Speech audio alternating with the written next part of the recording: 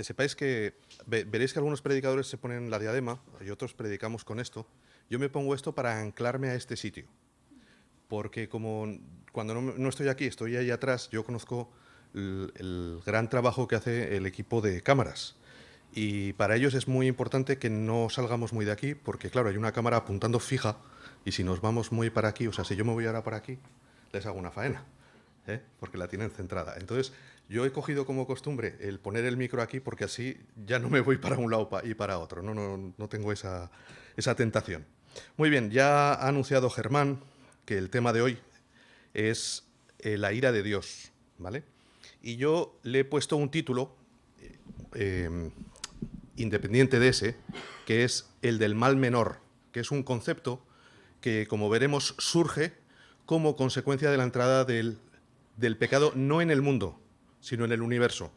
¿De acuerdo? Muchas veces decimos que el pecado entró en el mundo a través de Adán y Eva, porque la Biblia lo dice, y eso es cierto, en el mundo el pecado entró a través de Adán y Eva, pero en el universo espiritual, ya había pecado antes de Adán y Eva, porque la caída de Satanás fue anterior. Cuando vi el tema que me correspondía, el Señor me dio justa retribución, porque yo la semana anterior me había sonreído al ver el tema que le había tocado a Tony. Dije, y luego, pues claro, el Señor es justo, y después de decir que la visión de Dios como juez, pues a mí me ha tocado la de la ira de Dios. Uno de esos temas que siempre se habla alegremente entre las conversaciones entre creyentes en la sobremesa y cosas así, siempre hablamos sobre la ira de Dios, ¿no? Es lo más... Sí. Pero debo decir que estoy muy agradecido de que me haya tocado este tema, porque es uno de esos temas que casi nunca tocamos. Y por lo tanto, me ha hecho reflexionar en algunos aspectos que normalmente evitamos. De hecho, yo os diría que probablemente la ira de Dios sea uno de esos aspectos que yo creo que ninguno de los que estamos aquí vamos a negar que aparece en la Biblia. Si alguien que está aquí niega que la ira de Dios aparece en la Biblia, por favor, me gustaría tener una conversación con él o ella después del culto, ¿vale? Para dar un repasito a la Biblia. Pero aunque no negamos que está en la Biblia, normalmente o lo rehuimos o intentamos suavizarlo, ¿vale?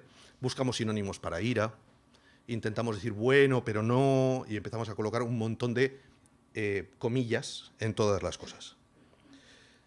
La Real Academia de la Lengua Española da varias definiciones, ya sabéis que las definiciones tienen varias acepciones, ¿no? Tienen diferentes acepciones, y la primera que aparece para ira es sentimiento de indignación que causa enojo, ¿vale? Sentimiento de indignación que causa enojo. Lo que sucede es que cuando nosotros pensamos en la ira, lo que normalmente nos viene a nuestra mente es la imagen de una persona, a lo mejor incluso nosotros mismos, totalmente fuera de control. Los ojos inyectados en sangre, el rostro colorado porque toda la sangre sube para arriba, reacciones totalmente desproporcionadas y las consecuencias de la imagen que a nosotros nos viene cuando pensamos en la ira, las consecuencias casi nunca son positivas, ¿verdad? Siempre es algo muy desproporcionado. Y cuando aplicamos este pensamiento a Dios, entonces, claro, el término ira no nos encaja con Dios. ¿Cómo puede Dios tener ira? ¿Cómo puede ser el Dios perfecto de amor y de misericordia y al mismo tiempo existir la ira de Dios? Y esto es un error que se debe a algo que... O sea, lo que voy a decir ahora no es un error, que es la humanización de Dios. No es un error en el sentido de que la Biblia misma lo hace. La Biblia habla de los pies de Dios, aunque Dios no tenga pies como tales, ¿no? Pero sí que es verdad que la Biblia, para facilitar nuestra comprensión, y dado que el ser humano ha sido creado a semejanza de Dios, la Biblia usa muchas veces cuestiones que son propias del ser humano para que entendamos determinados atributos de Dios. Y la ira es una de ellas. Pero ¿qué sucede? Que hay algo que no es coherente en esta selección que hacemos en cuanto a la ira. Porque a que ninguno de aquí tenéis problemas en hablar del amor de Dios. ¿Verdad que no? Vale. ¿Sabéis cuántas cosas malas ha hecho el amor en el mundo? ¿Cuánta gente se ha equivocado por amor? ¿Cuánta gente ha matado por amor? ¿Cuánta gente se ha arruinado por amor? ¿Sabéis cuánta gente ha sufrido, pero muchísimo, por culpa del amor? Eso de que el amor es tan bonito, El amor es bonito cuando es bonito, pero el amor hace estragos también. Pero con el amor no tenemos problemas. Claro, aquí está la cuestión. La cuestión es que las emociones humanas son imperfectas porque son nuestras. Todas ellas. Pero las mismas emociones en Dios son perfectas. Entonces, igual que somos capaces de separar el amor humano del amor de Dios y entender que el amor humano no es perfecto, pero el de Dios sí, debemos ser capaces de separar la ira del hombre, la ira del ser humano, de la ira de Dios. Claro que la ira del ser humano no es perfecta. Por supuesto que es desproporcionada. Por supuesto que genera un montón de cosas negativas. Pero ninguna de ellas se aplica a Dios. La ira de Dios es una ira santa, justa y perfecta. Sin ninguna cuestión de todas esas que hemos dicho antes que nosotros cargamos en la mochila de lo negativo. Por ahí viene el error y por eso nos da tanto miedo o tanto reparo siempre al hablar de la ira de Dios. Por eso lo que hoy os voy a pedir es un ejercicio de abstracción. Es decir, que alejéis de vuestras mentes los pensamientos comparativos de la palabra ira cuando se aplica a nosotros. Porque no estamos hablando de nosotros, estamos hablando de Dios. Y Dios es perfecto. Y por eso vamos al primer punto. El primer punto para hoy es el Dios del Antiguo Testamento. Y tenemos una lectura en Nahum 1, versículos 2 al 8. Voy a pedirle a Germán que lo ponga. Hoy tenemos algunas lecturas largas, ¿de acuerdo? No muchas, pero algunas largas. Y el texto dice así: el Señor es Dios celoso y vengador. El Señor es vengador y lleno de indignación, se venga de sus adversarios y guarda enojo para sus enemigos. El Señor es tardo para la ira y grande en poder, y no tendrá por inocente al culpable. El Señor marcha en la tempestad y el torbellino, y las nubes son el polvo de sus pies. Él amenaza al mar y lo hace secar, y agosta todos los ríos. Basán fue destruido, y el Carmelo y la flor del Líbano fue destruida. Los montes tiemblan delante de él, y los collados se derriten. La tierra se conmueve a su presencia, y el mundo y todos los que en él habitan. ¿Quién permanecerá delante de su ira? ¿Y quién quedará en pie en el ardor de su enojo? Su ira se derrama como fuego, y por él se hienden las peñas. El Señor es bueno, fortaleza en el día de la angustia, y conoce a los que en él confían. Mas con inundación impetuosa consumirá a sus adversarios, y tinieblas perseguirán a sus enemigos. Cuando leemos pasajes como este de Nahum, lo que suele venir a nuestras mentes, y a veces incluso a nuestras bocas, es la expresión: ese es el Dios del Antiguo Testamento. ¿Verdad? ¿No habéis oído nunca esta expresión? Sí, pero ese es el Dios del Antiguo Testamento. El Señor es vengador, lleno de indignación, lleno de enojo. Fijaos que en el versículo 3 nos dice que esto no es indiscriminado. El Señor tiene mucha paciencia y tarda en ejecutar su juicio. Esto lo dice el versículo 3. En el versículo 7 también dice: vemos que es bueno, fortaleza en el día de la angustia y conoce a los que confían en él. Pero de todas formas el pasaje deja clarísimo que Dios es un Dios lleno de poder y nadie se puede enfrentar a él. Nadie ni nada. Claro, si nos hiciéramos una imagen mental, sería una imagen que probablemente provocaría pavor, ¿no? Sería una imagen de un Dios arrasador, por decirlo así. Y precisamente cuando vienen esas imágenes a nuestras cabezas es cuando estamos tentados a decir: es el Dios del Antiguo Testamento. Lo que pasa es que para mí esto tiene dos problemas. Y vamos a ver que el primero es que eso es una afirmación falsa. Esto lo veremos más adelante, ¿vale? Que este Dios es el Dios del Antiguo Testamento es una afirmación falsa, ya os lo adelanto, ¿vale? No estoy haciendo spoiler porque es el punto siguiente, o sea, tampoco... Pero el segundo punto, o el segundo motivo por el que esa afirmación es peligrosa, es porque decir que ese Dios es el Dios del Antiguo Testamento, parece que estamos diciendo que el Antiguo Testamento es menos bíblico que el Nuevo Testamento. ¿Qué pasa? ¿Que el Antiguo Testamento no es la palabra inspirada del Señor o qué? Es que hay gente que parece que le da validez al Nuevo Testamento y el Antiguo Testamento está ahí de decoración. El Antiguo Testamento es Biblia tan inspirada por Dios como el Nuevo Testamento. Y el Dios del Antiguo Testamento no es diferente porque esté en el Antiguo Testamento. Así que si alguna vez pasa por vuestras mentes esa expresión, ya sabéis, por favor, erradicadla, porque no tiene nada de bíblico. Y no tiene nada de bíblico porque el segundo punto es el Dios del Nuevo Testamento. Vamos a leer un pasaje un poquito más largo, que es Romanos 2, versículos del 1 al 11. Por lo cual eres inexcusable, oh hombre, quien quiera que seas tú que juzgas, pues en lo que juzgas a otro, te condenas a ti mismo, porque tú que juzgas haces lo mismo. Mas sabemos que el juicio de Dios contra los que practican tales cosas es según verdad. ¿Y piensas esto, oh hombre, tú que juzgas a los que tal hacen, y haces lo mismo, que tú escaparás del juicio de Dios? ¿O menosprecias las riquezas de su benignidad, paciencia y longanimidad, ignorando que su benignidad te guía al arrepentimiento? Pero por tu dureza y por tu corazón no arrepentido, atesoras para ti mismo ira para el día de la ira y de la revelación del justo juicio de Dios, el cual pagará a cada uno conforme a sus obras. Vida eterna a los que perseverando en bien hacer buscan gloria y honra e inmortalidad, pero ira y enojo a los que son contenciosos y no obedecen a la verdad, sino que obedecen a la injusticia. Tribulación y angustia sobre todo ser humano que hace lo malo, el judío primeramente y también el griego. Pero gloria y honra y paz a todo el que hace lo bueno, al judío primeramente y también al griego. Porque no hay acepción de personas para con Dios.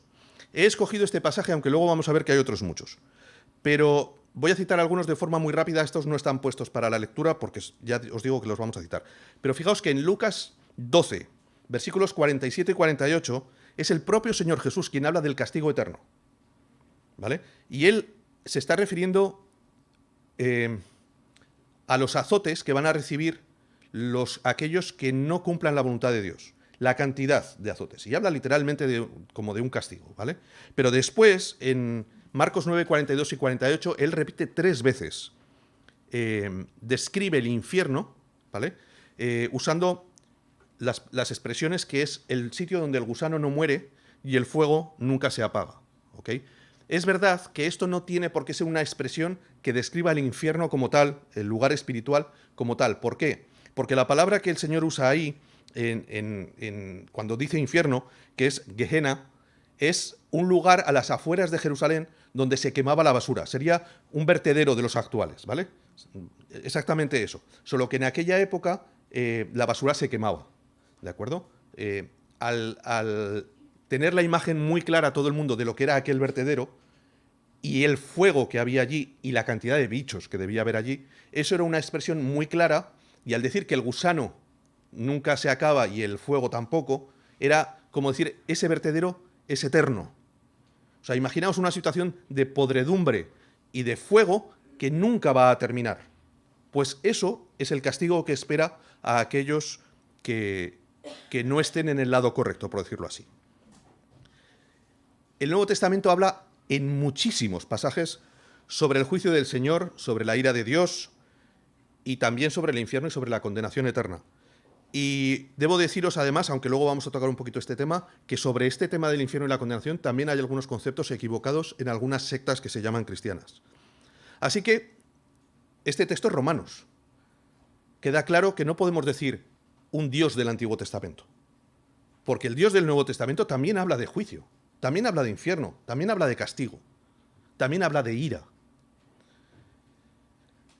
¿Cómo encaja entonces la ira de Dios y su juicio con esa otra idea que tenemos de amor y misericordia de Dios? ¿Cómo podemos casar ambas? ¿Cómo puede ser un Dios de ira y juicio y un Dios de amor y misericordia? Pues vamos al punto 3, que lo hemos titulado El juicio de Dios. Y el texto es 2 de Tesalonicenses 1. Si los otros os parecían fuertes, este está a la misma altura. 2 de Tesalonicenses 1, versículo 6, dice así: porque es justo delante de Dios pagar con tribulación a los que os atribulan. Y a vosotros que sois atribulados, daros reposo con nosotros cuando se manifieste el Señor Jesús desde el cielo con los ángeles de su poder, en llama de fuego para dar retribución a los que no conocieron a Dios, ni obedecen al Evangelio de nuestro Señor Jesucristo, los cuales sufrirán pena de eterna perdición, excluidos de la presencia del Señor y de la gloria de su poder, cuando venga en aquel día para ser glorificado en sus santos y ser admirado en todos los que creyeron, por cuanto nuestro testimonio ha sido creído entre vosotros. La semana pasada Tony ya nos habló de Dios como juez. Hoy vamos a considerar el aspecto del juicio de Dios. O sea, está por un lado la figura de Dios como juez, pero ahora vamos a ver su obra o su trabajo como juez, que es el juicio. Y vamos a diferenciar dos aspectos del juicio. Por un lado tenemos lo que llamamos el juicio terrenal, ¿vale? El juicio terrenal podría ser considerado como las consecuencias del pecado. Lo tenemos, no lo vamos a leer ahora, ¿vale? Este no es un texto que vamos a leer ahora, aunque después sí que vamos a leer un versículo. Pero lo tenéis, si queréis encontrarlo en casa, en los versículos que siguen a Romanos 1:18, es decir, del 19 en adelante. Si os acordáis de ese texto, dice en varias ocasiones, Dios los entregó a una mente reprobada, a un montón de situaciones. Es decir, existe un ser espiritual maligno que se llama Satanás. Y existe, y es real. Y ese ser solamente tiene un objetivo en su existencia, que es robar, matar y destruir. Lo único que él desea es acabar con todo aquello que Dios ha creado y que Dios ama. Con todo. ¿Qué sucede entonces? Que en algunas situaciones Dios lo que hace es ejercer su juicio no castigando, sino dejando que las consecuencias salgan como deben salir. ¿Es lo que quieres? Ok. Os voy a poner un ejemplo. Y esto es un ejemplo verídico. Esto sucedió en verdad.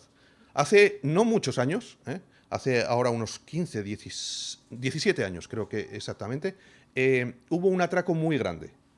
Y un montón de atracadores que estaban muy vinculados al mundo del AMPA, es decir, eran criminales muy conocidos entre ellos en el mundo del crimen, robaron una fortuna, una auténtica fortuna, ¿vale?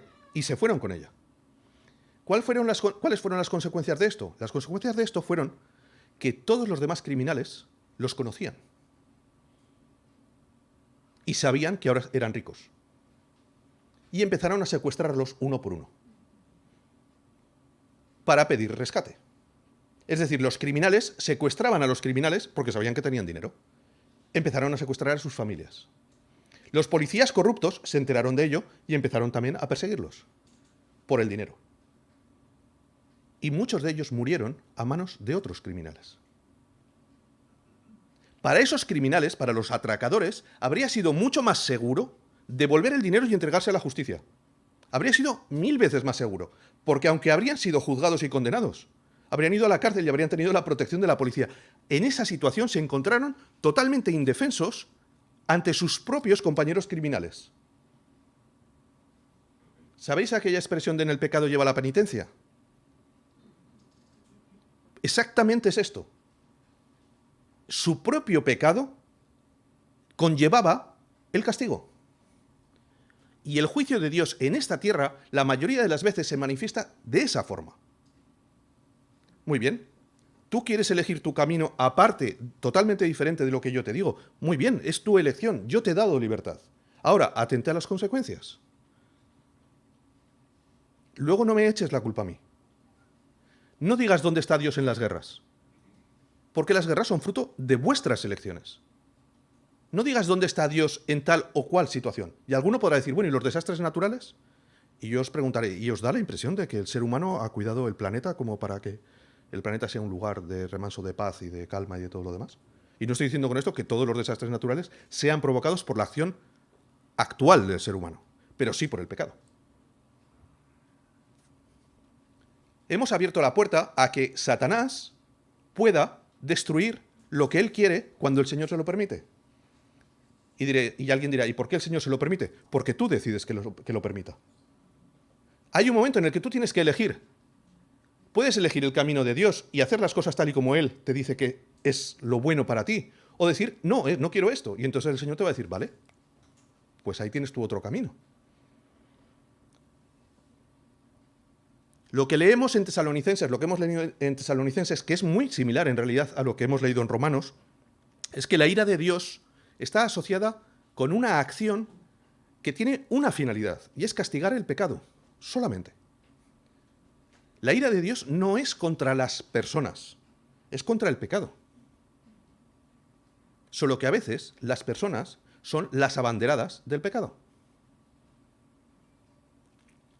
Yo recuerdo hace muchos años, en nuestra iglesia en Zaragoza había una pareja, un matrimonio, que los dos eran policías nacionales, ¿no?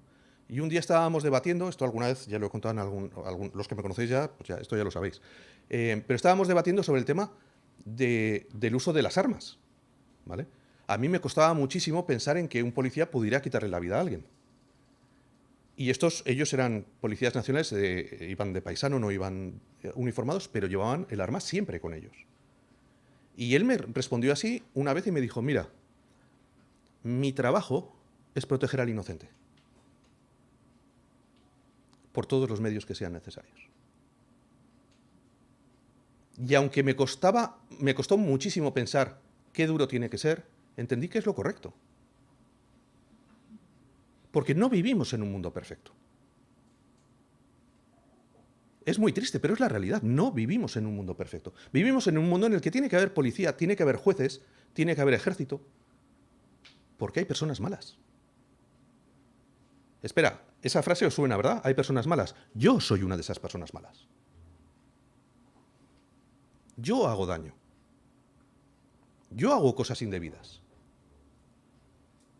Yo puedo cometer cualquiera de los crímenes que cualquier otra persona podría cometer. El juicio de Dios sobre esta tierra es un juicio que nosotros escogemos con nuestras decisiones. No es que Dios se enfade y diga, y ahora te castigo.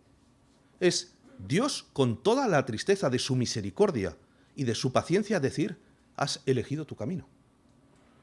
Ahora bien, el segundo juicio es el juicio eterno. Y este es el juicio al que hace referencia el pasaje de Tesalonicenses que hemos leído, ¿vale? El pasaje de Tesalonicenses no hace referencia al juicio aquí en la tierra, sino al juicio que vendrá después. Y aunque he separado los dos, la raíz es la misma, la elección. Recuerdo una situación triste, debo decir que es triste. Mi padre no era creyente, nunca lo fue.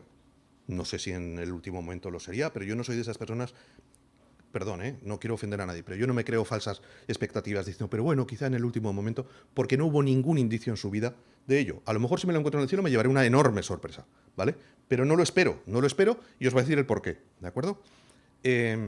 Mi padre, después de llevar una vida terrible, con todas las peores elecciones que se pueden tomar, le dio un infarto.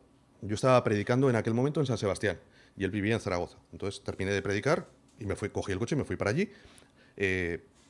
Mi padre vivía solo y estaba más solo que la una. Y entonces llega al hospital.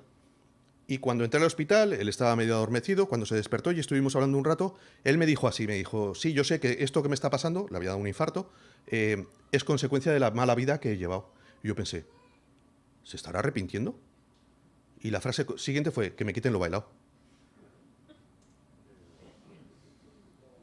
3 días después le dieron el alta, 2 días después murió de otro infarto en su casa estando solo, encontraron su cadáver 3 días después. Eligió.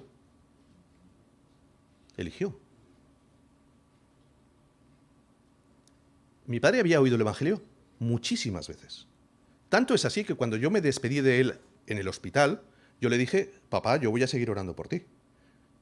Y me miró con una cara casi medio despectiva, bueno, de hecho lo dijo, total, para lo que va a servir. Son elecciones. Hay personas que eligen vivir sin Dios y que cuando les predicas el mensaje del Evangelio, lo rechazan. Hay personas que incluso se jactan o se vanaglorian de decir, no, yo quiero ir al infierno, que es donde van a estar mis amigos. La juerga va a estar en el infierno. Sí, no sabes tú la juerga que vas a tener en el infierno.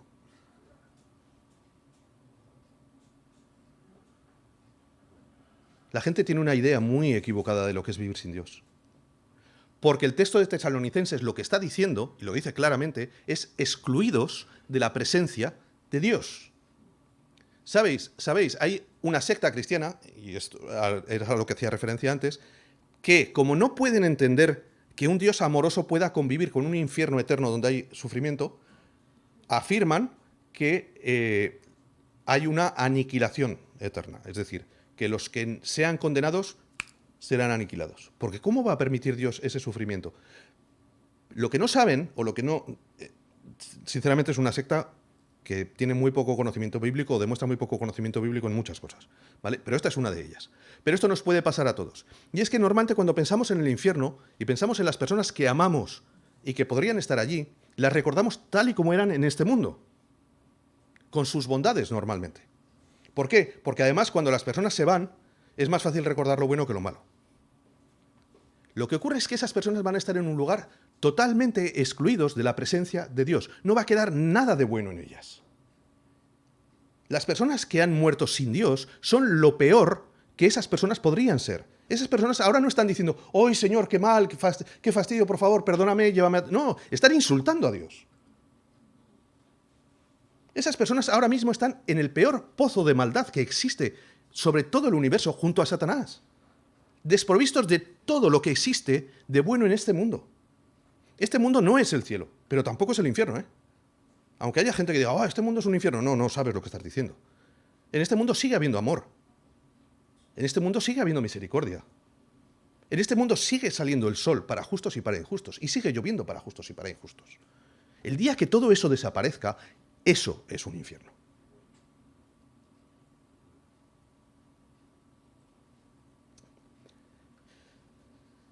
Las personas eligen y toman sus decisiones. Y en este mundo hay decisiones que te van a marcar para toda la vida, ¿verdad? Pues hay decisiones que te van a marcar para toda la eternidad. Y por eso, el último punto, ya estoy terminando, no os preocupéis por el tiempo, que vamos bien porque el último punto es cortito, es el del mal menor. Y aquí hay un versículo que hemos puesto como clave, que es Romanos 1:18. Hemos mencionado el pasaje de Romanos antes, y os he dicho hay una lectura, el versículo que vamos a leer es Romanos 1:18. Fijaos, Romanos, Nuevo Testamento, la ira de Dios, ¿eh? Porque la ira de Dios se revela desde el cielo contra toda impiedad e injusticia de los hombres que detienen con injusticia la verdad. Esa es la clave de la explicación de la ira de Dios. La ira de Dios se revela contra toda impiedad e injusticia de cualquier persona que quiera detener la verdad. A Dios le ha costado tanto crearnos y salvarnos, que no hay nada que pueda estropear su trabajo. Él no lo va a permitir.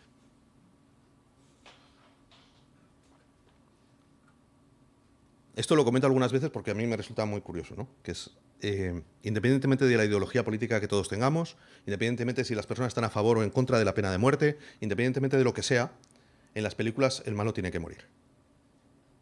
Y cuanto más malo es, más tiene que sufrir. ¿Sí o no? Si una película hay chico y chica y no hay beso, ¡psa!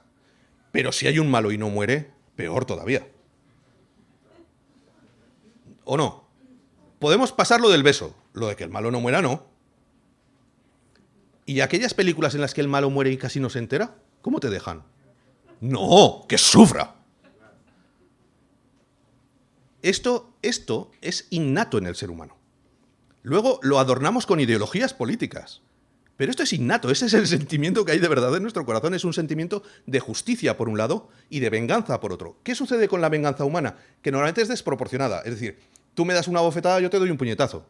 Tú me das un puñetazo, yo te pego con un palo. Tú me pegas con un palo, yo te clavo un cuchillo, y si tú sacas un cuchillo, yo te pego un tiro con una pistola. Siempre la venganza va a más, ¿vale?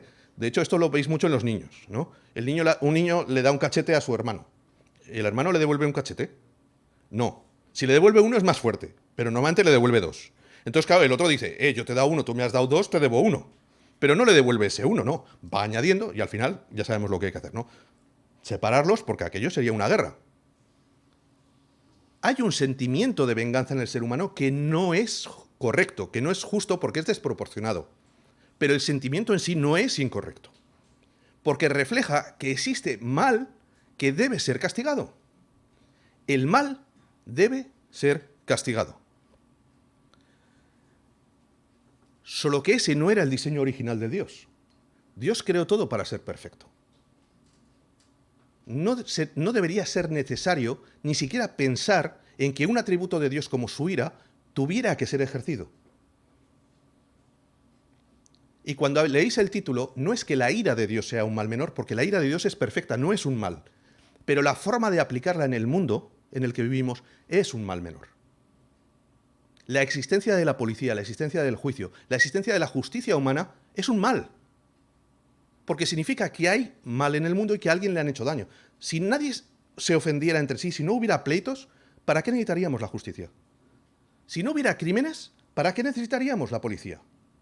Si no hubiera amenazas, ¿para qué necesitaríamos el ejército? Los necesitamos porque hay mal en el mundo. Y cuando hay mal en el mundo, a veces, aunque sea muy duro, hay que escoger el mal menor. Y en el mal menor es menos malo que muera un culpable a que muera una víctima. Por muy duro que eso resulte.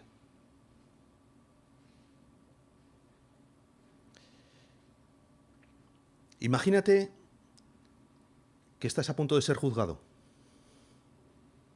y sabes que eres culpable. Y el juez tiene todas las pruebas. No te libra nadie. Sabes lo que te espera, pero seguro. Y tu abogado te dice, no te preocupes. Y tú lo miras con cara como diciendo, ¿pero qué me estás contando? ¿Cómo no me voy a preocupar si sé que soy culpable y tú también lo sabes? Y él te dice, no te preocupes, porque te van a condenar, pero yo voy a pagar en tu lugar.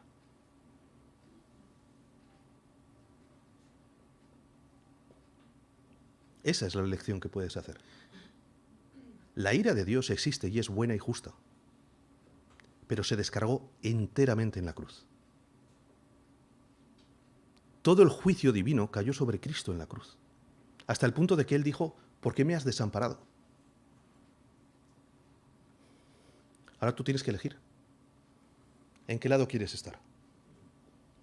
¿Quieres estar en el lado de los que siguen tomando sus propias decisiones aparte de la voluntad de Dios?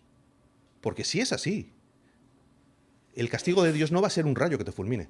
El castigo van a ser las consecuencias de tus propios actos. Tú vas a decidir. Yo, sinceramente, prefiero decirle a mi abogado, gracias. Sé que soy culpable, pero me prometes que has pagado por mí.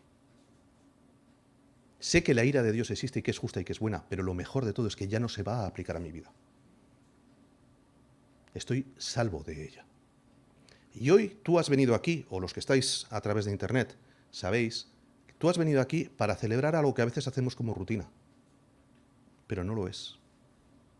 Esto es el símbolo de que tu abogado dio su vida por ti. Y hoy tú no tienes que pagar las consecuencias. Amén.